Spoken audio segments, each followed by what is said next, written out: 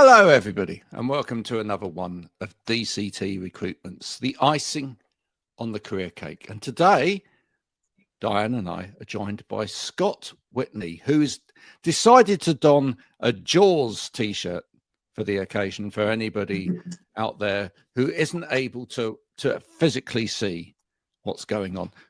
Scott, how are you? Yeah, good, thank you, Graham. Good. I think I have carers that come in and they throw a t-shirt towards me, and they always seem to throw a Jaws t-shirt up on camera. So people think I've probably got one t-shirt. So you've got a sort of wardrobe full of Jaws t-shirts just for when you're doing podcasts and on occasions like this. Very good.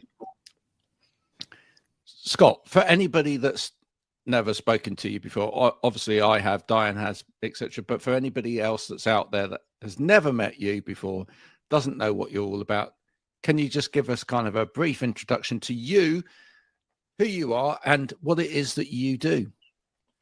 Yeah, so I became disabled in 2020, and it just happened overnight. So just woke up one morning, my back was sore, and I thought, right, okay, it's a sore back, nothing really to it. And don't go to the doctors for a sore back, especially in 2020.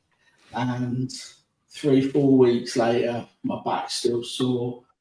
I put it down to my daughter taking back her gaming chair and me having to sit on a breakfast bar stool to work at home. But that wasn't the case, so booked in to see a GP. The first appointment got cancelled, so then went in to see her again, and then rushed straight from the GPs straight into hospital, MRI scan, and they were scanning the bottom of my back, the base of my spine, to see if I had nerves sort of coming out the base of my spine. If they did, it would have been something called cauda equina, and I could have been paralysed at any time. It wasn't that, and I went home kind of not knowing anymore. But in between the cancelled appointment and the other appointment, the one that I went to, I lost control of my bladder, but I couldn't feel it. So I had no sense of incontinence that was happening and things. So the next step was like a camera test in my bladder. So did that. And the day after that, couldn't catch urine. I had to go back to A&E, had a catheter fitted. This is when I think started to really ramp up. So I was going back to A&E almost every day. I kept getting, shown the door quite quickly. It's tricky time with COVID, etc. But that was the start of sepsis kicking in. So they kept showing me out until I came in with blue lights flashing, at which point I had also started having spasms, seizures, losing the ability to feel in my left leg, which still hasn't come back. A lot has happened since then. I've kind of acquired lots of other fascinating to some people sorts of quirks and disabilities and conditions. And 2022, I decided I wanted to do something to give back. Didn't know what it was because I had no diagnosis at this time. So I did the equivalent of like 3 marathons, preparing myself, 6 marathons on an arm bike, raising about 4 or 5 grand for the Brain charity based in Liverpool. And I got told by a friend afterwards that to expect a big dip in my mental health afterwards, because your mental health, you're not going to be doing the things that you have been doing. So because you've not been doing them, you got this kind of chasm, this space, and that could then be a drop for you, especially when you're not mobile. And this is where awful inclusion sort of came in. I I brought plans forward, so it meant I've pivoted lots to get it to be what we are, which is a not-for-profit that reduces loneliness in the disability community.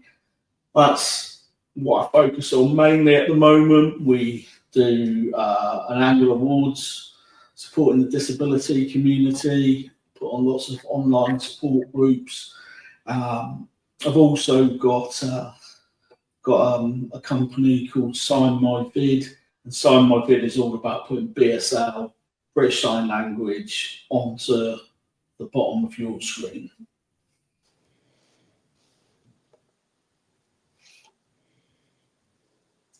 Oh, you're on mute there, Greg. Oh, yep.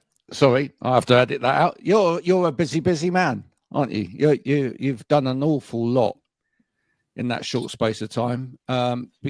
Mainly because you've been motivated to, and you've life's dealt you a blow, and you've picked up the mantle and gone with it. Yeah. What's the most challenging thing for you, Scott, going from just being able to do everything one day and then having to be wheeled on to the next? Like, what was the biggest challenge for you? It's like everything that's all these obstacles that are in the way. So I want to go to the library as an example, but I can get up the steps and there's no lift. Yeah. So these are all external factors that are blocking me, and this hasn't changed. Every 6 months there's something else that's coming in, and it could be to do with my health, it could be something external, could be to do with housing, different companies' policies and things like that. But there's all of these little obstacles just going. Yeah. And overcoming those, learning how to overcome those can be tricky when the person I need to help me won't help me. But sorry, say that again. The person that you needed to help you didn't help you. So if the person I need to help me doesn't help me, so it could be like a process, a simple process. So if we was to look at, it's a work from home job as an example, if I was applying for that, but I had to go into the office for an interview, and they couldn't accommodate me in the office for the interview, and they wouldn't have the flexibility to say, right, let's interview off-site or something like that.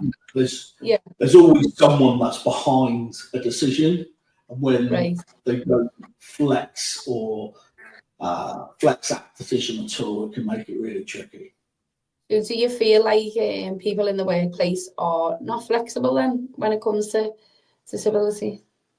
Some, yeah, definitely some. Yeah. There's, it's like can't cook, won't cook, isn't it?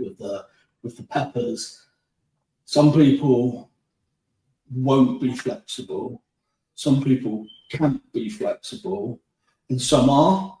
And some, a lot of the ones that won't be flexible are really, really dig their heels in. And it's something that can be, it can always be something that's quite simple. So legally, legally, we've got the Equality Act, right? 2010, which came after the, Disability Discrimination Act, which was the predecessor of it. So legally, there should be a situation where anybody with a disability is provided with opportunities and isn't discriminated against, right? But do you feel like a lot of organizations find ways in which to not say what they are actually feeling or not? 100%. But the example I gave was someone going for a job. But there's a restaurant. It's just out of this window actually, and on Christmas Eve last year they were quite quiet, and I just fancied a pint somewhere, but there was lots of places closed in the area that I live. So me and my mum ended up going to this restaurant, and they opened a different door.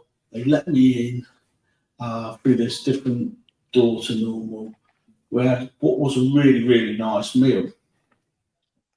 My mum knew when she was coming up. She tried to book in there 6 weeks in advance and told them that I had a wheelchair, but it was a busier period, and they said, no, we won't be able to open that side door for a wheelchair. Now they're choosing to do something there, which it is, I see that as discrimination, because why could they do it one day and not the other day? It's probably frustration, the inconsistency, isn't it? You probably rather just say yay or nay. Exactly. Yeah. But also, for the sake of them buying a ramp that might cost them £60, now, if they had that ramp there, the food's really, really nice. It's so close to me. I would be in there all the time. But they choose not to buy a ramp. So that's a choice. That's someone who's saying, I can't do it. Now, someone who's in maybe a listed building, that's someone who won't do it, but someone who's in like a listed building and hasn't got room to put an adaptation in, that's them not being able to do it. And that's a different thing. That's a completely different thing. This is, it's the social model of disability. It's people choosing to make that choice for you. It's not the fact that you're in a wheelchair that disables you. It's the fact that that people are choosing to create environments which do not accommodate you in a wheelchair that disables you. Correct? Yeah. The last time that I was working in an office, it was built since the Equality Act, well, not built, but it was adapted, and it's one of these where each floor you've got a self-serviced office, and they've got a lift for wheelchairs. Now the door from the pavement opens in, and I guess that's so when someone doesn't press the buzzer, it doesn't hit the wheelchair or someone who's walking by. That's fair enough. That opens in. You then go in and you have to pull like a rope, which then opens the lift door. But the lift door doesn't go flush to the wall. It goes onto the other door. Now, there is room for a wheelchair to get by to that lift when there's one of these doors open. But because they don't sit against the wall, they have to both be open at the same time, and there's then not room to get a wheelchair through. So I used to have to go in through the loading bay down the back of Chinatown because someone didn't have the foresight to go, all we need is an extra 2 inches here. And I want to bring Diane into this.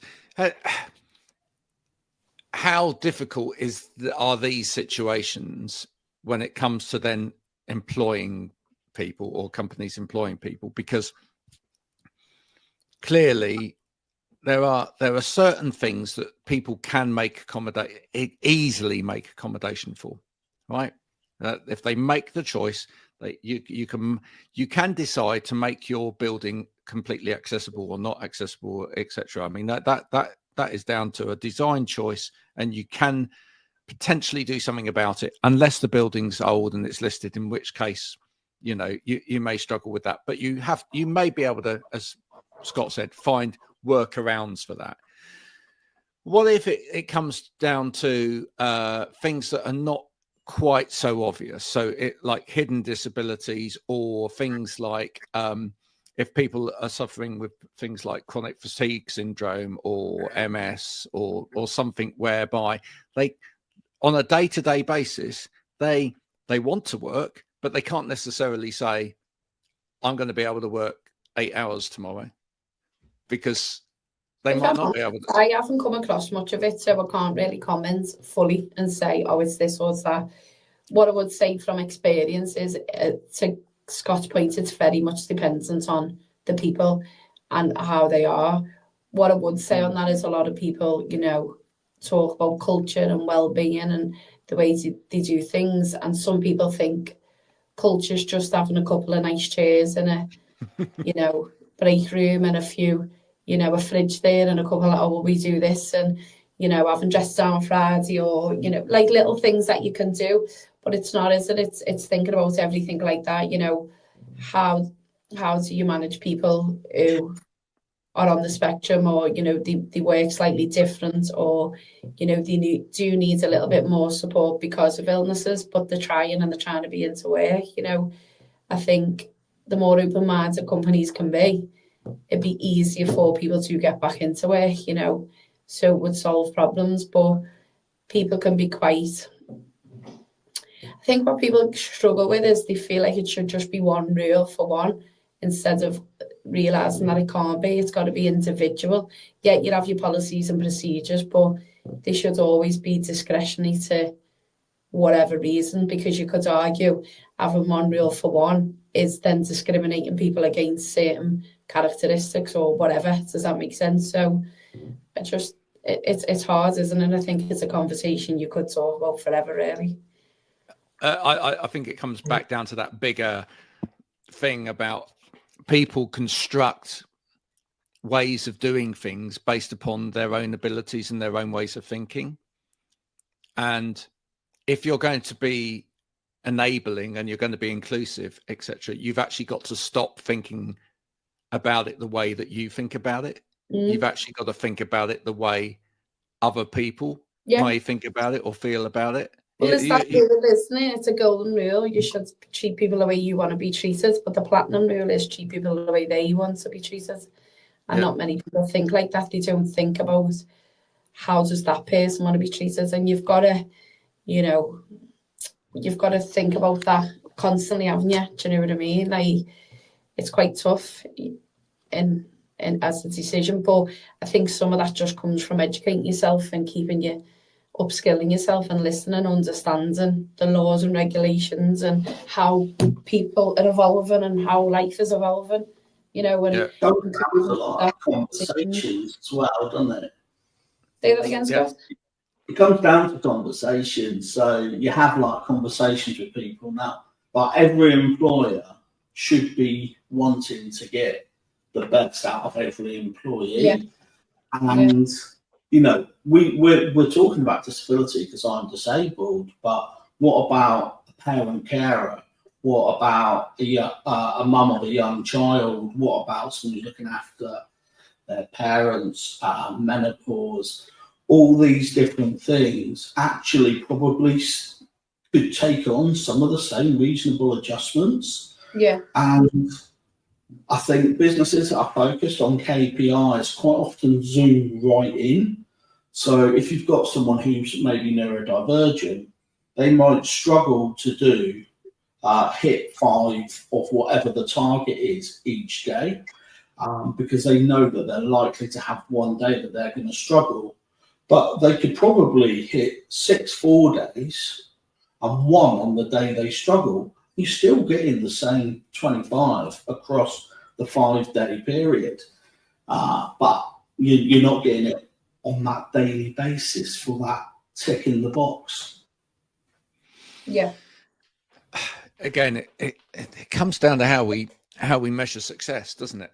You know, it comes down to how we think, or you know, what success is and what are we actually driving for here. I mean, you know, ultimately, if we treat everything in life like we were back at school picking for the school football team, you know, I don't know about you. I was always one of the last people to get picked. I wasn't great at football.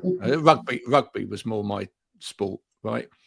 I know Scott likes his rugby, so, but you know, back when it was that, people they pick the strong people, they pick the people that are great at that game, etc. And unfortunately, the world of work can be a little bit like that as well. People want to pick people that they see like themselves in, and that they think, oh, they're going to be able to perform because they've got, you know, they've got these attributes and these things that I see in myself, and that's going to be successful here. But then what they're missing out on is different is having diverse people, isn't it? It's having a different think and turning things upside down, inside out, and go, well, how can we do this differently, right?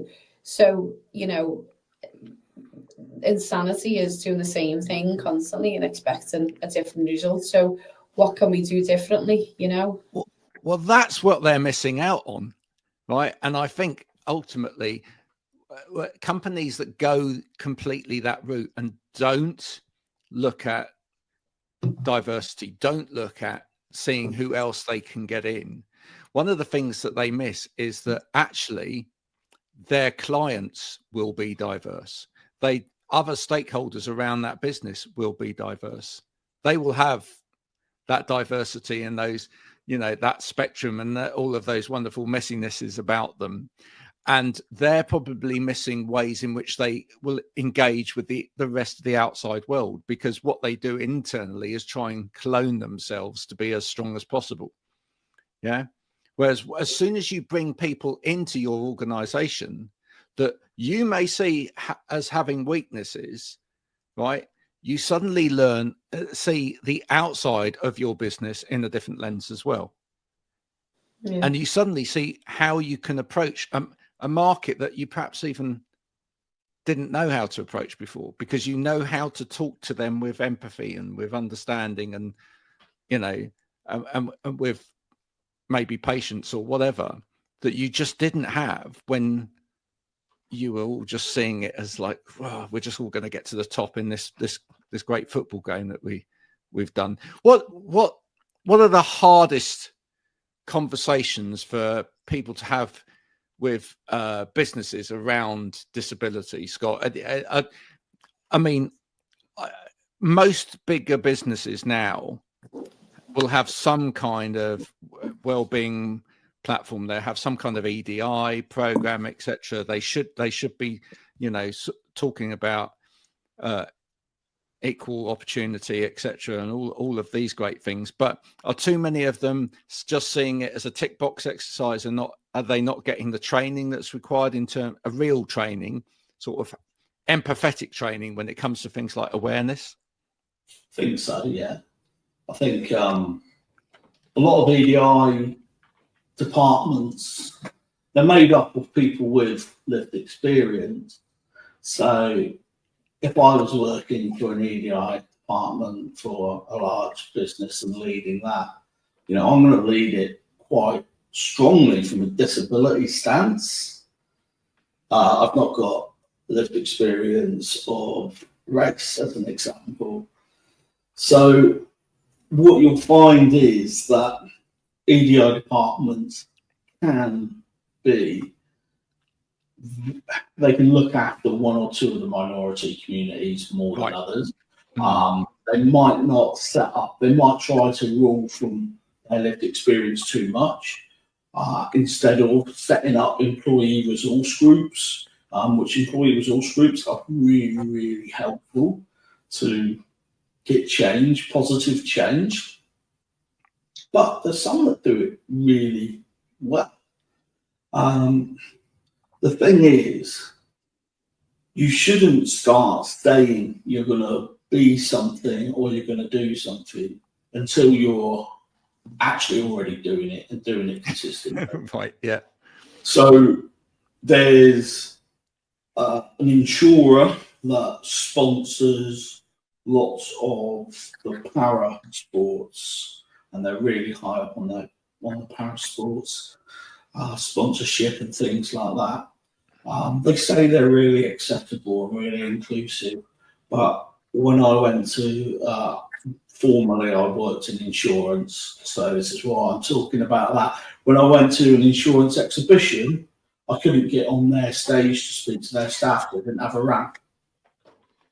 So they're saying outwardly all the time, yeah, look, we really take on board this, and this, but they don't show it. When I need it, when I want to speak to them, they're not showing it. Yeah. So you've got to, it's not a case of just getting things in line most of the time. It's you're doing it consistently. It does that sometimes, though. I'll play devil's advocate here. Does that sometimes swing the other way, in which, like, I mean, could it have just been a genuine sort of overlooking that someone should have had a ramp there for you and they didn't have a ramp there for you? And I'm not excusing it in the slightest, but right, is there a thing now for businesses where they are almost scared to communicate with people who have need, be it disability, be it, you know, be it health conditions, whatever, because they think, well, I'm going to get people throw stuff back at me and say, oh, you're not doing this right. You're not doing this right. I'll give a great example of this. I've actually got a client who is he's blind, and together we decided to put a post out on LinkedIn about using AI to do alt text, right, for posts against images. And somebody came on this post from the blind community and went, oh, you can't use AI. It's too, the stuff that it comes out with, it's too verbose, right? And so even within the community, it was getting like feedback. And we were like, well, hang on a minute. Wouldn't you rather that 90% of people who at the moment don't put any alt text in there use AI and actually put some alt text in there, and then we get that improved, or just don't do anything? Because the trouble is, sometimes if you push too far or too heavy on people, their gut reaction is to do nothing at all. And actually, now I cannot imagine that this company doesn't have a wheelchair user working for them. Yeah. So if we're then going, right, we want to look at our stand, let's speak to our employee resource group for disabilities and neurodivergent. Can you see anything wrong with that? First thing the wheelchair user would have said is, yeah, you know, I couldn't get on it. Right. So I don't think in any way that they went, I'll tell you what, we're going to exclude Scott. We want to see everyone apart from Scott. It's just a case of not opening up to the sources of that wealth of knowledge you've already got in your business that is probably there, and going, look, this is our plans. Even could be a case of you put it on like the company intranet and say, look at our stand for this event. It's going to be like this. And you don't necessarily have to ask for feedback, because you would say this stand has been created by our marketing department. Any questions about further marketing at allforinclusion.org, right? And then I would look at that and go, I know they're not asking me for feedback, but I can tell that. So I'm just going to drop them a quick email, because people will be helpful and want to help people. You know, we've been talking about people like ourselves, that they're marketing things and setting things up for themselves. And that's the same thing. You know, I would want to, if I saw something wrong, I would drop an email to say, look, I wouldn't be able to get on this, just a thought. And then someone might go, oh yeah, we'll tweak it, or we'll do it right next time. Or even just have a member of staff at all times, not, you know, near the stand, but not on it, so a wheelchair user could speak. There's lots of different ways you can do it. Going back to your conversation about person using AI for alt text, I know loads of people that do that. Loads of people who really struggle and they use AI for alt text. I've never done it, but I know it's really handy for people who struggle. But the thing is, you're never going to please everyone. You can't be, there's no fully inclusive and accessible company, because what's right for you might be completely wrong for me. So you've got to have that mindset to constantly be flexible, because if you haven't got that mindset to work with people, that's when you're kind of working against them. And that's where if you're working against your colleagues, it's a good chance you're working against your clients as well. Yeah. It's a minefield, isn't it? It's an absolute minefield. What can every business owner that's out there start by doing right? Is it literally having more conversations? I think I keep saying it, like mindset is the answer. If you've got the mindset to change. So there's lots of businesses whose first answer is no. Can I do this? No. Can I do this? No. Can I do this? No. Or can I do this? Let me think about it. No. But why don't you start changing that answer to yes? So you're not saying, you probably wouldn't just go yes, yes, yes. You would still think about it, but you would go, right, why can't I say yes here?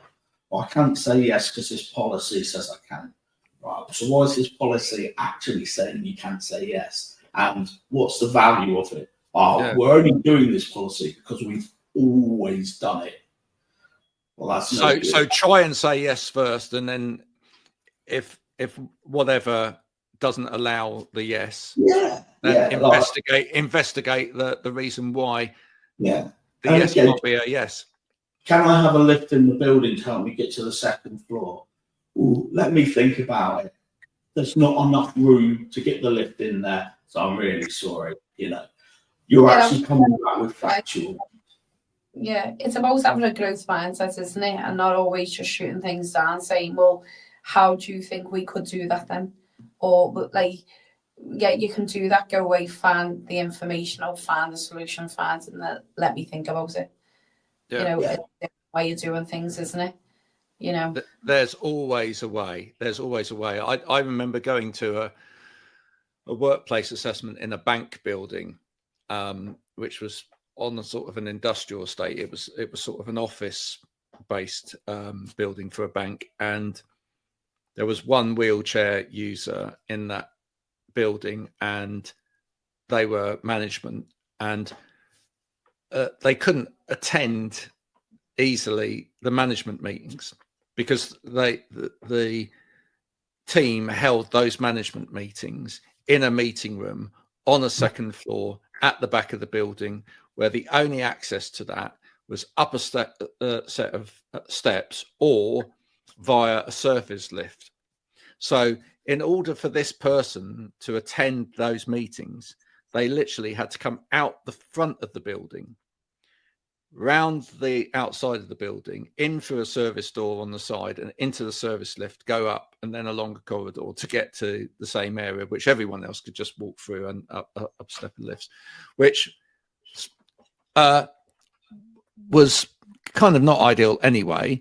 Certainly was, not brilliant, but when the sun was shining, when it was absolutely pouring it down or snowing or whatever outside, was treacherous to say the least. And I went in there and I said, right, I looked at the stairs. There was no way for there to be, I did a feasibility study on that. There was no way to physically create a lift in that area to go up where these stairs were, because they were kind of like a entrance hall type set of stairs that spooled out. There was no room at the side to put a lift in. There was no way to put a standard sort of stair lift or whatever in. So I said, okay, what about that meeting room that's at the front of the building? And they went, what about it? I said, why can't you have your meetings in there? Never thought of that. Okay. So they then just started having their management meetings in the accessible room at the front of the building. It's really not rocket science a lot of the time, this stuff. Really not. It's just, but the fact that nobody was looking at this person going, why are you always late for meetings? Why are you sometimes cold and wet by the time you get here? Is this really acceptable social behavior from any of us to allow you to do that as a human being? No, it's not. what are we going to do about it? Oh, let's use some common sense. And half the time it does come down to common sense, doesn't it? Yeah. It's a case of that's just how it's always been done. So people don't like change, do they? People are fear of change, so they don't want to upset the apple cart or whatever, or think, but then constantly questioning why things aren't moving. So you've got to change, you've got to adapt. What do you do, Scott? Do you want to talk about like what you do to support charities and all your work that you do around that, and how people can help get involved and help support? Yeah, so if I start off with Sign My Vid, because that's quicker. Sign My Vid is really designed to help businesses, podcasters, content creators, to be able to get that message across to different people. So, so this is thank you in BSL, British Sign Language. So if you see thank you come up on a caption, it's the same, but to like that, that's both thank you, but that's showing expression. So it's first of all opening up your communication levels with your colleagues, with your customers on key things, but also it's putting expression to words. Then if you're looking at Sign My Vid, you know, one of the things we did last year, which was interesting, is we took 8 businesses into a school, an academy, which was just had autistic children in. We took 8 businesses in and we did a reverse Dragon's Den. So the businesses went and they pitched what they do to the children. Children asked them questions and then gave them a green card or a red card to say, hey, we like what you do, or B, to go, no, you're just boring, basically. So it's quite hard for some businesses, but others did better. But the idea of that is it's helping to start building some relationships with autistic children and businesses straight away. But the autistic children don't know how to necessarily communicate with business leaders or managers, so they're already having those conversations. But not everyone wants to do this. Not everyone wants to be part of this session. You know, some people want to have a career in catering and they don't want to listen to graphic designers and whoever else is in there. So we gave the academy a sum of money and said, right, the people that want to do catering, get them to put a buffet on and a breakfast on for not just us, but the other children and themselves. People that want to work in social media and media, they can be there creating content. So all of this was sort of happening to involve more people. People with a lack of confidence were going up and saying, and getting teas and coffee orders from the business people. And then after we had that buffet, there was tables there with children sat on each table, and the business leaders moved around, a little bit like speed dating, but the businesses got to ask the children, you know, what could we do better? How could we interview you better? What adaptations do you need? And the students got to have those kind of 4-on-1, it was really, conversations with someone who would be interviewing them in the future. So it's already starting to build that up. But then we've got 2 of the businesses that went in have now got arrangements to take on children on work experience. So they're not just doing that, they've got the work experience. And then a third one took some children in on an open day. So straight away it's starting to see the benefit. The other thing I wanted to ask you about is because, Scott, you now have All for Inclusion awards, don't you, as well? Yeah, so it's our 3rd year doing them. Mm-hmm. So last 2 years we've done them online. We started off with 4 awards in year 1, 8 awards in year 2, and we still really got, I guess, the 8 awards which people can influence, public can influence, but we're also going to be doing a fundraiser of the year award this year, and we're going to be opening up like a Hall of Fame, which is quite cool. It's going to be called the Latifah Sano Award, which is in memory of a 5-year-old daughter of one of our members who passed away at the end of last year. So we're going to be handing out 4 of those this year, and then they will be handed out 1 or 2 a year after that. But yeah, face to face this year, we've got Frank Bruno, who's coming and doing our main speaking slot. Yeah, exactly. So that's going to be quite cool. It's going to be at National Football Museum in Manchester, so open to get a couple hundred people in there. So that'll be cool. Oh, brilliant!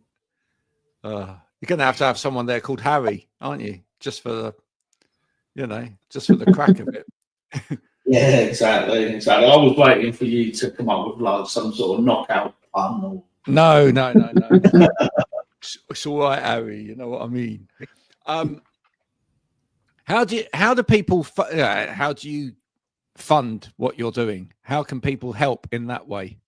Yeah, there's lots that people can do to help. So we do a 50-50 lottery draw every month. That's on our website. So half of what people put in goes to the winner as prize. Cool. People can just donate on our website, and people can do something as a sponsor thing. So we've got someone doing a sponsored walk. We've had a sponsored half marathon. I got pushed around the Manchester Marathon as for sponsorship. We've got a sponsored swim coming up later this year. So, yeah, there's lots of different things that people could do. And I think, we're 3 years in. So to have people already sort of doing these activities because of the work we do, that's something I'm really proud of. So hopefully next year you'll see more things. But I want to arrange next year a big sponsored skydive. That's my plan for next year. Right. Rather you than me. I was going to pay for your train to come up. But if anybody would like to jump out of an aeroplane, please do. You know what? We're not short of volunteers. We're absolutely loads of people who've kind of really. Yeah, I want to do it, and how I want to do it, and I've not so I need to get in contact with places at the moment. But what I want to do is have people who kind of, they pay to do it and then raise some sponsorship. I also then want there to be a handful, 2 or 3 free spaces for disabled people to do it as well. And, that's, at the same time as doing this fundraising, I want to be able to create memories for others. That's the sort of vision behind it. I think it's tremendous, the stuff that you're doing. Can businesses donate? Can businesses get involved in sort of long-term sponsorship of the work? Yeah, so we're looking for some businesses at the minute for sponsorship for the awards, but I would love to have some more kind of corporate sponsorship, and I can go in and work with teams and do talks in there and give some advice, so businesses aren't just handing over money, they're getting something back from it as well, because I think that's really important if you want to establish something long term. It's like sort of building that relationship, isn't it? And that goes back to what we're saying about the brand. You want your brand to be doing already what you are trying to tell people you're doing. And part of that can be, working with people like All for Inclusion. So thank you so much for coming and talking to us today, Scott. Thank you for letting us know about what you're doing. If anybody wants to help you and get involved with what you're doing out there, what's the best way they can get in touch? Yeah, just through my social medias is very simple. So Scott Whitney on LinkedIn, and then A4I Scott on Instagram. My email address is simple Scott at all fourth, that's the number 4 inclusion.org. You know, I don't think we'll always ever change the world. I think these conversations will continue to happen no matter what at times, unfortunately. Do you know what I mean? But at least with more people like yourself, you know, trying to get behind things, trying to educate people, trying to help people, will hopefully make it move forwards quicker. So yeah, thanks very much. Absolutely. And thank you for watching or listening or whatever it was that you were doing for the last 46 minutes whilst you were here with us. We will be back with more of these soon. But until then, from Diane, Scott and myself, bye for now.